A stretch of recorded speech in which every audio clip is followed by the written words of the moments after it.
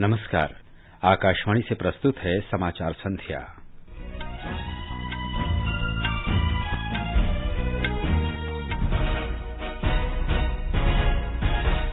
प्रधानमंत्री नरेंद्र मोदी ने आयुर्वेद के ज्ञान का उपयोग प्राचीनता और आधुनिकता के मिश्रण से करने का आह्वान किया।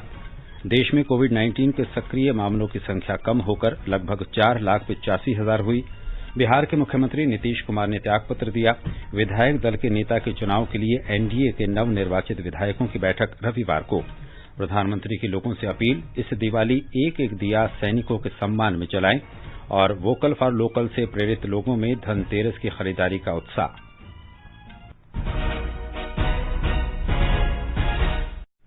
समाचार संध्या में दिव्या तोमर के साथ मैं अतहर सईद। कोविड-19 महामारी के खिलाफ देश एकजुट होकर लड़ रहा है। आप भी हमारे साथ सुरक्षा और बचाव के 3 आसान एहतियाती उपायों का संकल्प लें। मास्क पहनें, 2 गज दूरी है जरूरी, सुरक्षित दूरी बनाए रखें, हाथ और मुंह साफ रखें।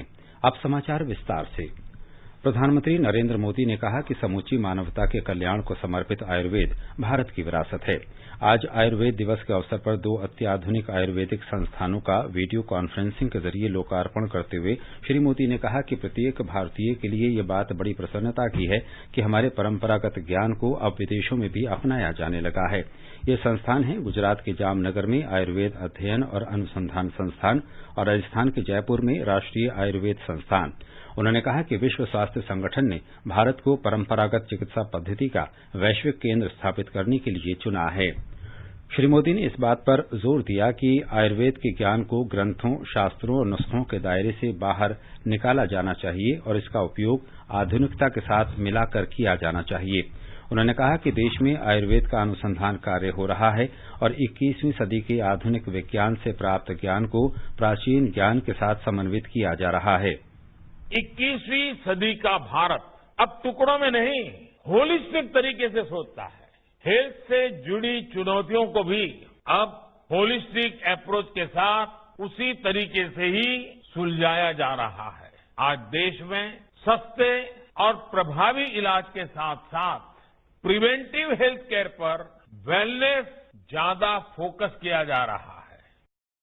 प्रधानमंत्री ने कहा कि आयुर्वेद आज सिर्फ वैकल्पिक चिकित्सा पद्धति नहीं रह गया है, बल्कि ये देश की स्वास्थ्य नीति का प्रमुख आधार बन गया है।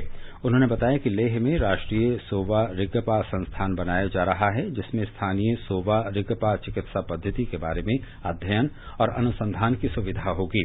दोनों आयुर्वेदिक संस्थानों का दर्जा बढ़ाए जाने पर उन्हें शुभकामनाएं देते हुए प्रधानमंत्री ने कहा कि अब उन पर और अधिक जिम्मेदारी आ गई है। प्रधानमंत्री ने आशा व्यक्त की कि ये संस्थान अंतर्राष्ट्रीय मानदंडों के अनुसार आयुर्वेद का पाठ्यक्रम तैयार करेंगे। श्री मोदी ने स्टार्टअप उद्यमों और निजी क्षेत्रों से भी आग्रह किया कि वे वैश्विक रुझानों और मांग का अध्ययन कर आयुर्वेद के क्षेत्र में भागीदारी सुनिश्चित करें। उन्होंने कहा कि भारतीय चिकित्सा प्रणाली से संबंधित राष्ट्रीय आयोग और राष्ट्रीय होम्योपैथिक आयोग की स्थापना संसद के पिछले सत्र में पारित कानून के तहत की गई है और राष्ट्रीय शिक्षा नीति में आयुर्वेद के विकास के लिए समन्वित दृष्टिकोण अपनाने की बात कही गई है। प्रधानमंत्री ने कहा कि कोरोना के प्रकोप के दौरान आयुर्वेद उत्पादों की मांग दुनिया भर में बड़ी तेजी से बढ़ी है। कोविड महामारी शुरू होने के बाद आयुर्वेदिक जड़ी बूटियां जैसे अश्वगंधा, गिलोय, तुलसी आदि की कीमतें इसलिए बढ़ी क्योंकि मांग बढ़ी, लोगों का विश्वास बढ़ा। मुझे बताया गया है कि इस बार अश्वगंधा की कीमत पिछले साल के मुकाबले 2 गुनी से भी ज्यादा तक पहुंची है। इसका सीधा लाभ इन पौधों, इन जड़ी बूटियों की खेती करने वाले हमारे किसान परिवारों तक पहुंचा है। श्री मोदी ने कहा कि हल्दी और अदरक जैसी चीजों का निर्यात काफी बढ़ा है क्योंकि इन्हें रोग प्रतिरोध क्षमता बढ़ाने वाला माना जाता है। इससे ये साबित हो जाता है कि दुनिया भर में आयुर्वेद उपचार और भारतीय जड़ी बूटियों में लोगों का भरोसा बढ़ा है। प्रधानमंत्री ने कहा कि दुनिया के प्रतिष्ठित चिकित्सा शोध पत्रों में आयुर्वेद की नई संभावनाओं के बारे में लेख प्रकाशित किए जा रहे हैं।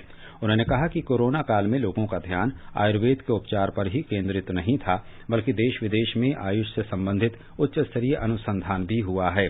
प्रधानमंत्री ने कहा कि भारत आज एक ओर टीकों के परीक्षण में लगा है तो दूसरी ओर वो कोविड से निपटने में आयुर्वेदिक अनुसंधान के क्षेत्र में अंतर्राष्ट्रीय सहयोग भी बढ़ा रहा है।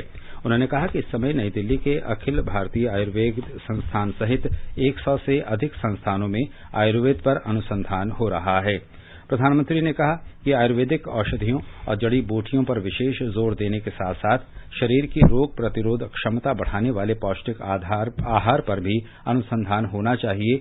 उन्होंने बताया कि आयुष मंत्रालय समूचे देश के लिए एक विस्तृत योजना बना रहा है जिससे विश्व भर में आरोग्य को बढ़ावा देने में देश का योगदान बढ़ेगा। उन्होंने कहा कि विशेषज्ञों को किसानों की आमदनी बढ़ाने के उपाय खोजने चाहिए। श्री मोदी ने बताया कि कोविड महामारी के प्रकोप के बाद अश्वगंधा, गिलोय और तुलसी जैसी जड़ी बूटियों के दाम काफी बढ़ गए हैं। किसान इनकी खेती करके फायदा उठा सकते हैं। प्रधानमंत्री ने कृषि मंत्रालय, आयुष मंत्रालय और अन्य विभागों से आग्रह किया कि वे भारत में पैदा होने वाली कई जड़ी बूटियों की उपयोगिता के बारे में लोगों में जागरूकता जगाएं। उन्होंने कहा कि आयुर्वेद से संबंधित समग्र व्यवस्था पारिस्थितिकीय तंत्र के विकास से स्वास्थ्य और आरोग्य से जुड़े पर्यटन को बढ़ावा मिलेगा। विश्व स्वास्थ्य संगठन के महानिदेशक डॉक्टर टेड्रोस अधनोम गैब्रियेसस ने इस अवसर पर एक वीडियो संदेश भेजा है और परंपरागत औषधियों को बढ़ावा देकर स्वास्थ्य संबंधी लक्ष्यों को पूरा करने के लिए प्रधानमंत्री मोदी की वचनबद्धता की प्रशंसा की है। प्रधानमंत्री ने कहा कि विश्व स्वास्थ्य संगठन ने भारत को परंपरागत चिकित्सा पद्धति का वैश्विक केंद्र स्थापित करने के लिए चुना है। WHO के मुखिया और मेरे मित्र, उन्होंने एक बहुत महत्वपूर्ण घोषणा की है। WHO ने global centre for traditional medicine, इसकी स्थापना के लिए दुनिया में से भारत को चुना है और अब भारत में से दुनिया के लिए इस दिशा में काम होगा। भारत को ये बड़ी जिम्मेदारी सौंपने के लिए मैं वर्ल्ड हेल्थ ऑर्गेनाइजेशन का, विशेष रूप से WHO के महानिर्देशक, मेरे मित्र डॉक्टर टेड्रोस का भी हृदय से आभार व्यक्त करता हूं। आयुष मंत्री श्रीपद नायक, राजस्थान के राज्यपाल कलराज मिश्र, मुख्यमंत्री अशोक गहलोत, गुजरात के राज्यपाल आचार्य देवव्रत और मुख्यमंत्री विजय रूपाणी इस अवसर पर उपस्थित थे। ये समाचार आकाशवाणी से प्रसारित किए जा रहे हैं। ताजा समाचार जानने के लिए आप हमारे Twitter handle @AIR News Hindi को फॉलो कर सकते हैं। लो राधा, बारिश से बचने के लिए छाता तो मैं ले आई। डेंगू और चिकनगुनिया से बचने का उपाय वो कौन करेगा? ये तो किसी ने बताया ही नहीं। मैं बताती हूँ। पानी से भरी टंकियों और बर्तनों को अच्छी तरह ढककर रखें। हर सप्ताह कूलर को खाली करके सुखाकर दोबारा भरें। घर व आसपास टूटे बर्तन, डिब्बे, टायर इत्यादि में पानी जमा न होने दें। मच्छरों के काटने से बचने के लिए कॉइल, क्रीम, मशीन आदि का प्रयोग करें। डेंगू के मच्छर दिन में काटते हैं, इसलिए पूरे शरीर को ढकने वाले कपड़े पहने। बुखार हो तो डॉक्टर की सलाह ले। समझ गयी? हाँ, समझ गई और अब दूसरों को भी बताऊंगी। ये कुछ आसान उपाय अपनाएं, डेंगू चिकनगुनिया को दूर भगाएं। स्वास्थ्य एवं परिवार कल्याण मंत्रालय, भारत सरकार द्वारा जनहित में जारी। भारत में कोविड महामारी से स्वस्थ होने की दर करीब 93% हो गई है। पिछले 24 घंटे में 49,000 से अधिक रोगी स्वस्थ हुए हैं। स्वास्थ्य मंत्रालय के अनुसार अब तक देश में 81,15,000 से अधिक कोविड रोगी स्वस्थ हो चुके हैं। संक्रमण की पुष्टि वाले मामलों में से केवल 5.55% बीमार हैं। इस समय देश में महामारी से रोगियों की कुल संख्या कम होकर करीब 4,84,000 हो गई है। पिछले 24 घंटे के दौरान 44,874 नए मामले दर्ज किए गए हैं, जिससे देश भर में संक्रमित लोगों की संख्या 87 लाख से अधिक हो गई है। मंत्रालय ने कहा है कि परीक्षण, निगरानी और उपचार की रणनीति पर कारगर तरीके से अमल से स्वस्थ होने वालों की संख्या बढ़ी है, जबकि मृत्यु दर में कमी आई है। इस समय भारत में कोविड महामारी की मृत्यु दर 1.47% है, जो दुनिया में महामारी की सबसे कम दरों में से एक है। पिछले 24 घंटों के दौरान 547 लोगों की मौत हुई है, जिससे देश में अब तक महामारी से मौत का शिकार हुए लोगों की कुल संख्या 1,88,668 हो गई है। महाराष्ट्र के स्वास्थ्य निदेशालय ने राज्य में कोविड की दूसरी लहर से बचाव के लिए कई सुझाव दिए हैं। हमारी संवाददाता ने खबर दी है कि इन उपायों के तहत नियमित रूप से घर घर जाकर सर्वेक्षण करने और जरूरी दवाओं और ऑक्सीजन की आपूर्ति पर्याप्त मात्रा में तैयार रखने को कहा गया है। महाराष्ट्र के स्वास्थ्य निदेशालय ने उन क्षेत्रों में परीक्षणों की संख्या बढ़ाने का सुझाव दिया है जहां फ्लू जैसी बीमारियों के मरीज पाए जा रहे हैं। साथ ही नियमित रूप से डोर टू डोर सर्वेक्षण करने का सुझाव भी दिया है। निदेशालय ने कहा है कि यूरोप के देशों की तरह कोरोना की दूसरी लहर जनवरी-फरवरी में भारत में आने की संभावना है। इस संभावित खतरे के मद्देनजर स्वास्थ्य निदेशालय ने कहा है कि दवाएं, उपकरण और ऑक्सीजन बफर स्टॉक के रूप में उपलब्ध होने चाहिए। प्रत्येक जिले में रोगियों की संख्या के आधार पर कोरोना उपचार की जिम्मेदारी संबंधित जिला या शहर के अस्पतालों को सौंपी जानी चाहिए। निदेशालय ने कहा है कि राज्य में कोरोना अस्पताल के रूप में 5 से 7 अस्पतालों को शुरू रखना चाहिए और आम जनता के लिए इस संबंध में विभिन्न स्रोतों के माध्यम से जानकारी प्रदान कराई जानी चाहिए। माधुरी पांगे, आकाशवाणी समाचार, मुंबई। कर्नाटक में कोविड महामारी का प्रकोप कम होने लगा है और संक्रमण की पुष्टि की दर घटकर 1.83% रह गई है। मृत्यु दर भी गिरकर 0.99% के स्तर पर आ गई है। कल राज्य में 3,368 लोग स्वस्थ हुए और महामारी के 2,116 नए मामले सामने आए। राज्य में इलाज करा रहे कोविड रोगियों की कुल संख्या घटकर 29,470 रह गई है, लेकिन कर्नाटक में रोजाना 1 लाख से अधिक परीक्षण कराने की रफ्तार बनी हुई है। तेलंगाना में पिछले 24 घंटे के दौरान कोविड महामारी के 997 नए मामले सामने आए हैं, जिससे राज्य में अब तक इस बीमारी की चपेट में आए लोगों की कुल संख्या 2,55,663 हो गई है। कल राज्य में 40,000 से अधिक कोविड परीक्षण किए गए। राज्य में स्वस्थ होने की दर मामूली सुधार के साथ 92.76% हो गई है। तेलंगाना में अब तक 2,37,172 कोविड रोगी बीमारी से ठीक भी हुए हैं। इस बीच राज्य के चिकित्सा और स्वास्थ्य विभाग द्वारा आज सुबह जारी दैनिक बुलेटिन में कहा गया कि पिछले 24 घंटों में 4 और लोगों की मौत के बाद मृतकों की कुल संख्या 1,397 हो गई है। इस समय राज्य में 17,000 से अधिक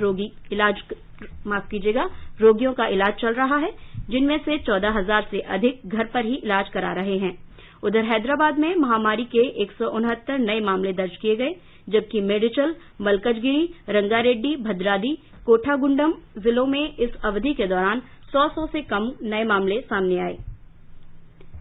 नई दिल्ली के अखिल भारतीय आयुर्विज्ञान संस्थान अस्पताल प्रशासन के प्रमुख डॉक्टर सिद्धार्थ सतपथी ने कोरोना वायरस से बचाव के लिए सही तौर तरीकों को अपनाने की जरूरत पर बल दिया है। आकाशवाणी समाचार से बातचीत में उन्होंने 5 सावधानियों पर अमल करना आवश्यक बताया। पहला है कि हम अपने फेस पे जब भी हम अपने हाथ लगाते हैं, हमें हाथ को अच्छी तरह से धोना चाहिए या फिर अल्कोहल बेस्ड हैंड वॉश से रब करना चाहिए। दूसरा है कि मास्क हमेशा मुंह और नाक को ढक के पहनना चाहिए, खास करके जब आप पब्लिक से। तीसरा है कि हमें इकट्ठा बैठ के क्लोज सर्कल में नहीं खाना चाहिए। अगर इकट्ठा खाना चाहिए तो एक बड़े जगह पे या खुले जगह पे, जहां पे हम वो 2 गज की दूरी आपस में मेंटेन करते हुए अगर खाएं तो उसके चांसेस रिस्क इन्फेक्शन के कम हो जाएंगे। चौथा है कि जब भी हम खांसें या छींकें, हमें कफ एटिकेट को प्रैक्टिस करना चाहिए, यानी कि अपने कोहनियों को मोड़ के उसके अंदर हम छींकें। 5वां ये है कि जब भी हमें कोई इस तरह का सिम्टम्स हो, बुखार हो या फिर ड्राई कफ हो या loss of sense of taste और लॉस ऑफ स्मेल हो, इस तरह के कोई भी सिम्टम्स हो तो हमें तुरंत टेस्ट करा लेना चाहिए नियर बाय सेंटर में। आकाशवाणी का समाचार सेवा प्रभाग आज अपने फोन इन कार्यक्रम में हिंदी और अंग्रेजी में कोविड-19 पर विशेष चर्चा प्रसारित करेगा। नई दिल्ली स्थित लेडी हार्डिंग मेडिकल कॉलेज में न्यूरोलॉजी विभाग के अध्यक्ष डॉक्टर राजेंद्र के धमीजा इस चर्चा में भाग लेंगे।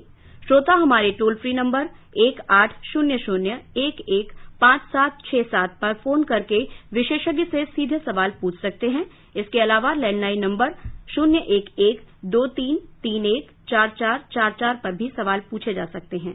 नंबर एक बार फिर सुन लीजिए, 1800-115767 और 011-2331-4444। Twitter handle @AIR news alerts पर #AIR के जरिए भी सवाल पूछे जा सकते हैं। ये कार्यक्रम आज रात 9:30 बजे से FM गोल्ड और अतिरिक्त मीटरों पर सुना जा सकता है। ये कार्यक्रम हमारी वेबसाइट newsonair.com और हमारे YouTube channel news on AIR official पर भी उपलब्ध रहेगा। Mobile app news on AIR से भी अपडेट लिए जा सकते हैं। बिहार के मुख्यमंत्री नीतीश कुमार ने राज्य में नई सरकार के गठन का मार्ग प्रशस्त करते हुए आज अपने पद से इस्तीफा दे दिया। उन्होंने राज्यपाल फागू चौहान को अपना इस्तीफा सौंपा। इससे पहले श्री नीतीश कुमार ने कैबिनेट की बैठक में विधानसभा को भंग करने की सिफारिश की। बैठक के बाद उन्होंने बताया कि एनडीए के नवनिर्वाचित विधायक 15 नवंबर को विधायक दल के नेता का चुनाव करेंगे। नीतीश कुमार के सरकारी निवास पर आज एनडीए के घटक दलों की अनौपचारिक बैठक हुई। इस बैठक में नई सरकार के गठन को लेकर विभिन्न पहलुओं पर विचार विमर्श किया गया। भाजपा के प्रदेश अध्यक्ष संजय जायसवाल, केंद्रीय मंत्री नित्यानंद राय और पार्टी के वरिष्ठ नेता सुशील कुमार मोदी ने बैठक में भाग लिया। जनता दल यूनाइटेड के वरिष्ठ नेता आरसीपी सिंह, विजय कुमार चौधरी और विजेंद्र यादव भी बैठक में उपस्थित थे। इसके अलावा हिंदुस्तानी आवाम मोर्चा हम के अध्यक्ष जीतन राम मांझी और विकासशील इंसान पार्टी वीआईपी के प्रमुख मुकेश सहनी भी बैठक में शामिल हुए। इस बीच एकमात्र निर्दलीय विधायक सुमित सिंह ने एनडीए को समर्थन देने की घोषणा की है। उन्होंने नीतीश कुमार से मुलाकात के बाद यह फैसला लिया। आकाशवाणी समाचार के लिए पटना से कृष्ण कुमार लाल। केंद्र शासित प्रदेश जम्मू कश्मीर में नियंत्रण रेखा पर बारामूला, कुपवाड़ा और बांदीपोरा के डावर, केरन, उरी और नौगांव सेक्टरों में पाकिस्तानी सैनिकों ने अकारण गोलीबारी कर संघर्ष विराम का उल्लंघन किया। रक्षा प्रवक्ता कर्नल राजेश कालिया ने बताया कि पाकिस्तान ने मोर्टार और अन्य हथियारों से गोलीबारी की और रिहायशी इलाकों को निशाना बनाया, जिससे बारामूला जिले के उरी सेक्टर में 3 नागरिक मारे गए। इस गोलीबारी में सेना के 3 जवान और बीएसएफ का एक सब इंस्पेक्टर शहीद हो गए, जबकि 3 अन्य जवान घायल हो गए। सेना प्रवक्ता ने बताया कि भारतीय सेना ने कार्रवाई कर करारा जवाब दिया, जिससे नियंत्रण रेखा पर पाकिस्तानी सेना के बुनियादी ढांचे को नुकसान पहुंचा और कुछ लोग हताहत भी हुए। भारत की ओर से जवाबी कार्रवाई में आतंकवादियों के ढांचे को भी नुकसान पहुंचा। प्रधानमंत्री ने देशवासियों से अपील की है कि इस बार दीपावली पर वे एक दिया सैनिकों के सम्मान में जलाएं। एक ट्वीट में श्री मोदी ने कहा कि हमें उन जवानों के सम्मान में दिया जलाना चाहिए जो निर्भय होकर हमारे राष्ट्र की रक्षा कर रहे हैं। हमें अपने उन जाबाज सैनिकों को भी याद रखना है जो इन त्योहारों में भी सीमाओं पर डटे हैं, भारत माता की सेवा और सुरक्षा कर रहे हैं। हमें उनको याद करके ही अपने त्योहार मनाने हैं। हमें घर में एक दिया भारत माता के इन वीर बेटे बेटियों के सम्मान में भी जलाना है। मैं अपने वीर जवानों से भी कहना चाहता हूं कि आप भले ही सीमा पर हैं, लेकिन पूरा देश आपके साथ है। आगे बढ़ने से पहले मुख्य समाचारों पर एक नजर। प्रधानमंत्री नरेंद्र मोदी ने आयुर्वेद के ज्ञान का उपयोग प्राचीनता और आधुनिकता के मिश्रण से करने का आह्वान किया। देश में कोविड-19 के सक्रिय मामलों की संख्या कम होकर लगभग 4,85,000 हुई। बिहार के मुख्यमंत्री नीतीश कुमार ने त्यागपत्र दिया। विधायक दल के नेता के चुनाव के लिए एनडीए के नवनिर्वाचित विधायकों की बैठक रविवार को। प्रधानमंत्री की लोगों से अपील, इस दिवाली एक दिया सैनिकों के सम्मान में जलाएं और वोकल फॉर लोकल से प्रेरित लोगों में धनतेरस की खरीदारी का उत्साह। उत्तर प्रदेश की धार्मिक नगरी अयोध्या में आज भव्य दीपोत्सव का आयोजन किया गया। मुख्यमंत्री योगी आदित्यनाथ और राज्यपाल आनंदीबेन पटेल ने श्री राम जन्मभूमि मंदिर में मिट्टी के दिए जलाकर दीपोत्सव का शुभारंभ किया। उन्होंने रामलला की आरती में भी भाग लिया। योगी आदित्यनाथ के मुख्यमंत्री बनने के बाद अयोध्या में लगातार चौथी बार दीपोत्सव का आयोजन किया गया है। पवित्र सरयू के घाटों पर 5,51,000 से अधिक दीपों की जगमगाहट से पूरा आसमान आलोकित हो रहा है। मुख्यमंत्री योगी आदित्यनाथ ने इस मौके पर कहा कि अगले साल दियों की संख्या 7,51,000 को भी पार कर जाएगी। इस दीपोत्सव के मौके पर पूरी अयोध्या नगरी शानदार रोशनी से जगमग है और चारों तरफ राम कथा के प्रसंगों का चित्रण किया गया है। यह ऐतिहासिक दीपोत्सव देर शाम तक चलता रहेगा। राज्य सरकार ने हर राम भक्त के इस आयोजन में वर्चुअल माध्यम से दीप जलाकर शामिल होने के लिए विशेष वेबसाइट तैयार की है। इसके पहले मुख्यमंत्री और अन्य गणमान्य व्यक्तियों ने त्रेता युग में भगवान राम के अयोध्या लौटने के प्रसंग को फिर से जीवित करते हुए हेलीकॉप्टर से राम कथा स्थल पर पहुंचे भगवान राम, लक्ष्मण और माता सीता के कलाकारों का राज तिलक किया और बाद में सरयू आरती में हिस्सा लिया। सुशील चंद्र तिवारी, आकाशवाणी समाचार, लखनऊ। धनतेरस का त्योहार आज देश के विभिन्न भागों में हर्षोल्लास के साथ मनाया जा रहा है।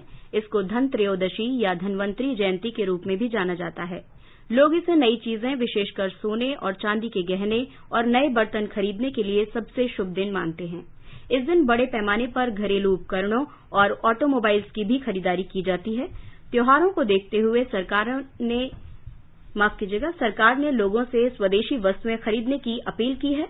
प्रधानमंत्री नरेंद्र मोदी ने पिछले महीने आकाशवाणी से प्रसारित मासिक कार्यक्रम मन की बात में लोगों से अपील की थी कि दीपावली जैसे त्योहार के अवसर पर खरीदारी करते समय स्वदेशी उत्पादों को प्राथमिकता दें।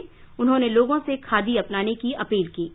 हमारे कई लोकल प्रोडक्ट्स में ग्लोबल होने की बहुत बड़ी शक्ति है। जैसे एक उदाहरण है खादी का। लंबे समय तक खादी सादगी की पहचान रही है, लेकिन हमारी खादी आज इको फ्रेंडली फैब्रिक के रूप में जानी जा रही है। स्वास्थ्य के दृष्टि से ये बॉडी फ्रेंडली फैब्रिक है, ऑल वेदर फैब्रिक है और आज खादी फैशन स्टेटमेंट तो बन ही रही है। खादी की पॉपुलैरिटी तो बढ़ ही रही है, साथ ही दुनिया में कई जगह खादी बनाई भी जा रही है। प्रधानमंत्री का कहना था कि त्योहारों का उत्साह और बाजारों की रौनक का आपस में गहरा संबंध है। इस बार जब आप लोग बाजार जाएं तो वोकल फॉर लोकल के संकल्प को याद रखते हुए स्वदेशी उत्पादों की खरीद को प्राथमिकता दें। त्योहारों की ये उमंग और बाजार की चमक एक दूसरे से जुड़ी हुई है, लेकिन इस बार जब आप खरीदारी करने जाएं तो वोकल फॉर लोकल का अपना संकल्प अवश्य याद रखें। बाजार से सामान खरीदते समय हमें स्थानीय उत्पादों को प्राथमिकता देनी है। प्रधानमंत्री नरेंद्र मोदी ने लोगों को धनतेरस की शुभकामनाएं दी हैं। एक ट्वीट संदेश में श्री मोदी ने कामना की है कि भगवान धनवंतरी हर किसी के जीवन में सुख, समृद्धि, सौभाग्य और उत्तम स्वास्थ्य लेकर आएं। कर्नाटक के मुख्यमंत्री बीएस येदियुरप्पा लोगों से दिवाली साधारण तरीके से मनाने और केवल हरित पटाखे जलाने का आग्रह किया है। दीपावली त्योहार के इस पर्व में पेंडेमिक ने बाधा नहीं डाली है। लोग कई तादाद में मिठाई और पटाखे की दुकानों के आगे दिखाई दिए। शॉपिंग सेंटर्स के आगे भी लोग शॉपिंग करते दिखाई दिए। नगर निगम और पुलिस विभाग के कर्मचारी कोविड रोकथाम नियम तोड़ने वालों के खिलाफ एक्शन ले रहे हैं। त्योहार के उपलक्ष्य पर आज गंगा पूजा का कार्यक्रम था। कल नरक चतुर्दशी के उपलक्ष्य में सुबह तेल लगाकर स्नान करना एक पद्धति है। परसों धनलक्ष्मी की पूजा है। सोमवार को बलि पाड्यमी का पर्व है। भगवान की पूजा, आरती, रंगोली की सजावट, दिया जलाना, नए कपड़े पहनना, मिठाई खाना और बड़ों के आशीर्वाद लेना इस त्योहार का भाग है। सुधींद्र, आकाशवाणी समाचार, बेंगलुरु। कई राज्य और केंद्र शासित प्रदेश वायु और ध्वनि प्रदूषण से बचने के लिए इस बार हरित दीपावली मना रहे हैं। राष्ट्रीय हरित न्यायाधिकरण ने 9 नवंबर से 30 नवंबर तक दिल्ली एनसीआर क्षेत्र में सभी तरह के पटाखों की बिक्री पर पूरी तरह से प्रतिबंध लगा दिया है। ये प्रतिबंध देश भर में उन महानगरों और शहरों में लागू होगा जहां वायु गुणवत्ता की स्थिति खराब है। हमारे संवाददाता ने बताया है कि यह आदेश ऐसे लोगों को ध्यान में रखते हुए जारी किया गया है जिन्हें कोविड महामारी के बीच वायु प्रदूषण से ज्यादा खतरा है।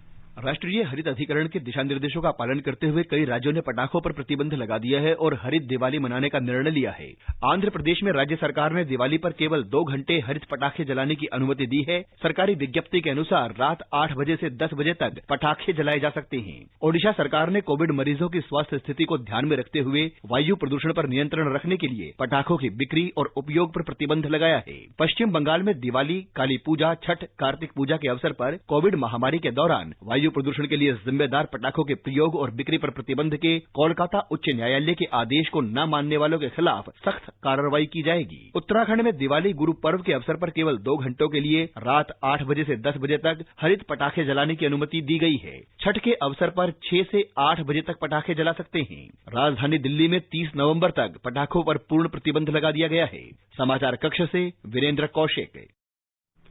महाराष्ट्र सरकार ने लोगों से घर पर रहने और दिए जलाकर दिवाली मनाने का आग्रह किया है। बृहन मुंबई नगर निगम ने मुंबईकरों से अपील की है कि वे आत्म अनुशासन दिखाएं और बिना पटाखों के दिवाली मनाएं, क्योंकि प्रदूषण कोविड-19 रोगियों को प्रभावित कर सकता है। लक्ष्मी पूजन के दौरान कल केवल निजी परिसरों में सीमित तरीके से हल्के पटाखे जलाने की अनुमति दी गई है। हालांकि नागरिकों को आवश्यक सावधानी बरतने की सलाह भी दी गई है और पटाखों को जलाते वक्त सैनिटाइजर से बचने की चेतावनी दी गई है। महाराष्ट्र के मुख्यमंत्री उद्धव ठाकरे ने राज्य के लोगों से दिवाली का त्योहार मनाने के दौरान सतर्क रहने का आग्रह किया है। उन्होंने कहा कि वे खुद सोशल मीडिया का इस्तेमाल दिवाली की शुभकामनाओं के आदान प्रदान के लिए करेंगे और लोगों से अपील की है कि त्योहार के दौरान खुद को कोविड-19 संक्रमण से बचाने के लिए खुद का ख्याल रखें। उन्होंने कहा कि जहां तक संभव हो लोग दिवाली की शुभकामनाओं के आदान प्रदान के लिए सोशल मीडिया और ईमेल का उपयोग करें। कुणाल शिंदे, आकाशवाणी समाचार, मुंबई। मध्य प्रदेश में दीपावली का पर्व कोविड-19 प्रोटोकॉल का पालन करते हुए हर्षोल्लास के साथ मनाया जा रहा है। मध्य प्रदेश में 5 दिनों तक चलने वाला दीपावली पर्व परंपरागत धार्मिक हर्षोल्लास के साथ मनाया जा रहा है। कल और आज धनतेरस एवं रूप चौदस के अवसर पर बाजारों में रौनक देखी जा रही है। लोग इलेक्ट्रॉनिक उपकरण, बर्तन, कपड़े और आभूषणों की खरीदारी कर रहे हैं। इस बार पर्यावरण को नुकसान नहीं पहुंचाने वाले और कम आवाज वाले ग्रीन पटाखों की खरीदी के लिए लोग जागरूक दिखाई दे रहे हैं। वोकल फॉर लोकल के लक्ष्य को सार्थक करने के लिए स्थानीय कारीगरों द्वारा बनाए गए दीपकों और अन्य साज सज्जा के सामानों की खरीदी पर जोर दिया जा रहा है। ग्रीन ट्रिब्यूनल के निर्देशों का पालन करते हुए राज्य में आतिशबाजी का समय रात 8 से 10 बजे तक निर्धारित किया गया है। परितोष दीक्षित, आकाशवाणी समाचार, भोपाल। उच्चतम न्यायालय ने पटाखों के बारे में तेलंगाना उच्च न्यायालय के दिशा निर्देशों में संशोधन कर दिया है और राज्य में 2 घंटे के लिए हरित पटाखे जलाने के अंतरिम आदेश दिए हैं। न्यायमूर्ति एएम खानविलकर और न्यायमूर्ति संजीव खन्ना की 2 सदस्यीय खंडपीठ ने Telangana fire workers dealers association की याचिका पर आज सुनवाई की है। इस याचिका में पटाखों के बारे में तेलंगाना उच्च न्यायालय के आदेश को चुनौती दी थी, जिससे उनकी आजीविका प्रभावित हो रही है। ये समाचार हमारी वेबसाइट newsonair.com/hindi और हमारे mobile app news on AIR पर भी उपलब्ध हैं। चलो मिलकर एक शुरुआत करें, चलो एक फैसला आज करें, मास्क नहीं तो टोकेंगे, कोरोना को रोकेंगे, चलो एक इरादा करते हैं, चलो खुद से वादा करते हैं, मास्क नहीं तो टोकेंगे, कोरोना को रोकेंगे। सुरक्षित दीपावली मनाए जाने के बारे में जारी हमारी श्रृंखला में आज हम जैव विविधता पर पटाखों के प्रभाव के बारे में बात करेंगे। जलते हुए पटाखे पक्षियों को हमेशा के लिए दृष्टिबाधित कर सकते हैं। बहुत ज्यादा पटाखे जलाने से कई बार सड़कों पर घूमने वाले जानवर इसकी चपेट में आ जाते हैं। पटाखों की आवाज जानवरों में बहुत ज्यादा घबराहट पैदा करती है। श्वसन रोगों से पीड़ित व्यक्तियों को दीपावली के दौरान अपने घरों से बाहर न निकलने की सलाह दी गई है, क्योंकि पटाखों से वायु प्रदूषण का स्तर बढ़ सकता है। अखिल भारतीय आयुर्विज्ञान संस्थान एम्स नई दिल्ली में श्वसन रोग विभाग में एसोसिएट प्रोफेसर डॉक्टर करण मदान ने बताया कि इस दौरान ऐसे रोगियों को अपने घरों के दरवाजे और खिड़कियां बंद रखनी चाहिए। डॉक्टर मदान ने कहा कि कोविड-19 के मद्देनजर वायु प्रदूषण से निपटने की बहुत आवश्यकता है। ये बहुत जरूरी है कि जिन लोगों को सांस की तकलीफ है पहले से कोई, वो आउटसाइड एक्टिविटी को अवॉइड करें, और अगर जिन दिनों में पोल्यूशन का लेवल काफी ज्यादा है उसमें स्पेशली आउटडोर में एक्सरसाइज और कुछ भी फिजिकल एक्सर्शन जिससे उनका सांस का रेट बढ़ता है उसको अवॉइड करें, क्योंकि उससे पोल्यूशन का जो एक्सपोजर है वो आपका इंक्रीज होता है और उससे सांस की तकलीफ बढ़ने का रिस्क बढ़ जाता है। राष्ट्रपति रामनाथ कोविंद ने दीपावली की पूर्व संध्या पर देशवासियों को शुभकामनाएं दी हैं। राष्ट्रपति ने अपने संदेश में कहा कि विभिन्न धर्मों और समुदायों के लोगों द्वारा मनाए जाने वाला ये त्योहार देश में एकता और भाईचारे की भावना को मजबूत बनाता है। इस अवसर पर हमें गरीबों, वंचितों और जरूरतमंदों की समृद्धि के लिए उम्मीदों का एक दीपक बनने का संकल्प लेना चाहिए। अब एक नजर कल के मौसम के पूर्वानुमान पर। राष्ट्रीय राजधानी दिल्ली में आमतौर पर सुबह कोहरा छाये रहने और आंशिक रूप से बादल छाये रहने का अनुमान है। न्यूनतम तापमान 12 डिग्री सेल्सियस और अधिकतम तापमान 30 डिग्री सेल्सियस के बीच रहने के आसार हैं। श्रीनगर में हल्की बर्फबारी हो सकती है। तापमान 0 से 10 डिग्री सेल्सियस के बीच रहने की संभावना है। जम्मू में तापमान 12 से 25 डिग्री सेल्सियस के आसपास रहेगा। दोपहर बाद या शाम को आंशिक रूप से बादल छाये रहने के आसार हैं। लेह में हल्की बर्फबारी होगी। गिलगित में भी बर्फबारी होगी और न्यूनतम तापमान 1 डिग्री से 12 डिग्री सेल्सियस के बीच रहेगा। मुजफ्फराबाद में आमतौर से बादल छाये रहने के साथ हल्की बारिश होने की संभावना है।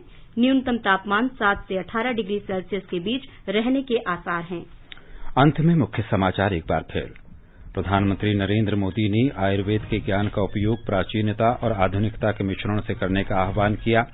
देश में कोविड-19 के सक्रिय मामलों की संख्या कम होकर लगभग 4,85,000 हुई। बिहार के मुख्यमंत्री नीतीश कुमार ने त्यागपत्र दिया। विधायक दल के नेता के सुझाव चुनाव के लिए एनडीए के नवनिर्वाचित विधायकों की बैठक रविवार को। प्रधानमंत्री की लोगों से अपील, इस दिवाली एक एक दिया सैनिकों के सम्मान में जलाएं और वोकल फॉर लोकल से प्रेरित लोगों में धनतेरस की खरीदारी का उत्साह। इसके साथ ही समाचार संध्या का ये अंक समाप्त हुआ। नमस्कार।